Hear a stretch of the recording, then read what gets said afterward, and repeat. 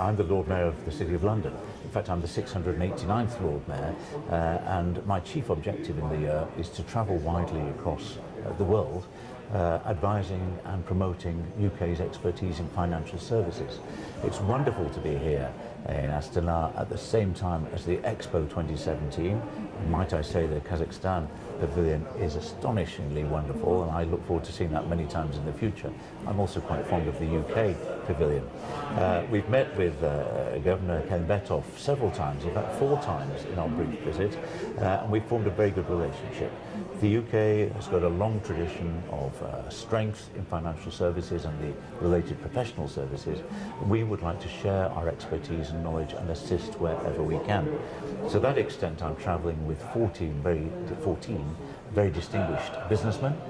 And they have had their own bilateral discussions around the edges of our major discussions with the Prime Minister, with the Minister of Finance and with the Governor, etc.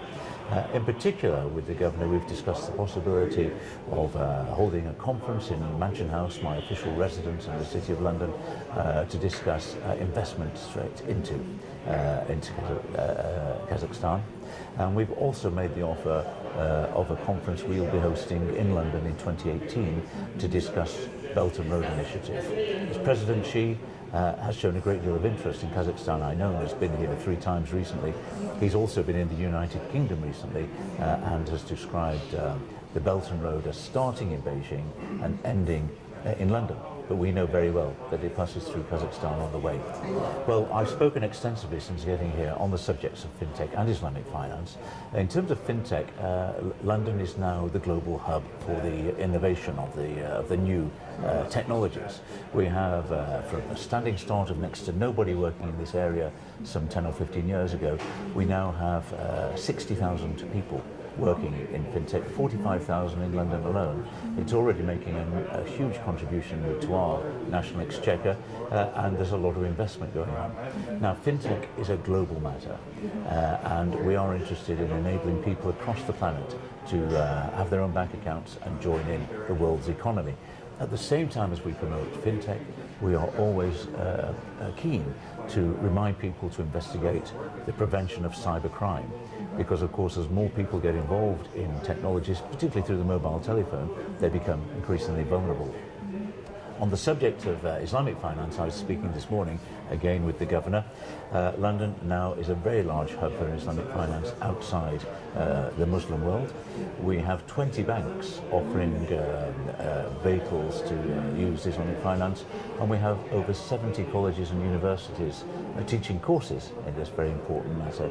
So it's an area again which rather bizarrely, because if England can represent a faith, it would be the Protestant faith, but I found myself in Latin America recently as a Protestant person selling Islamic finance to a Roman Catholic country. It's a great method of raising finance, and it's not only for Muslim people, it's popular with people of all faiths and none. Well, thank you. We talk in London always about banking and insurance and the metals market and everything else, the shipping.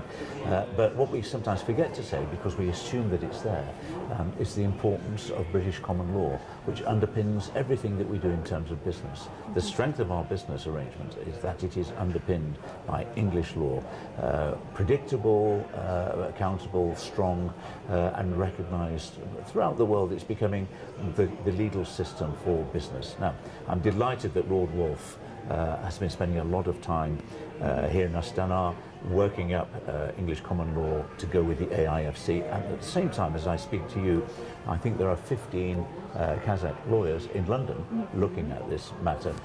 This will really strengthen the offer that you have. It will give the world confidence that it is a good place to invest, because we know if something goes wrong, we've got recourse to English common law. So I commend Kazakhstan for moving in this direction.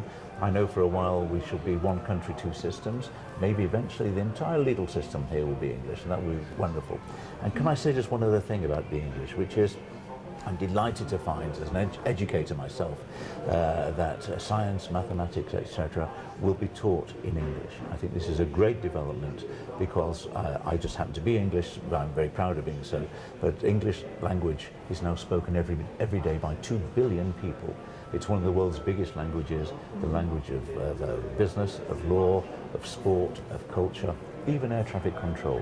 If you speak English, you can go anywhere in the world and do business. So I welcome this development.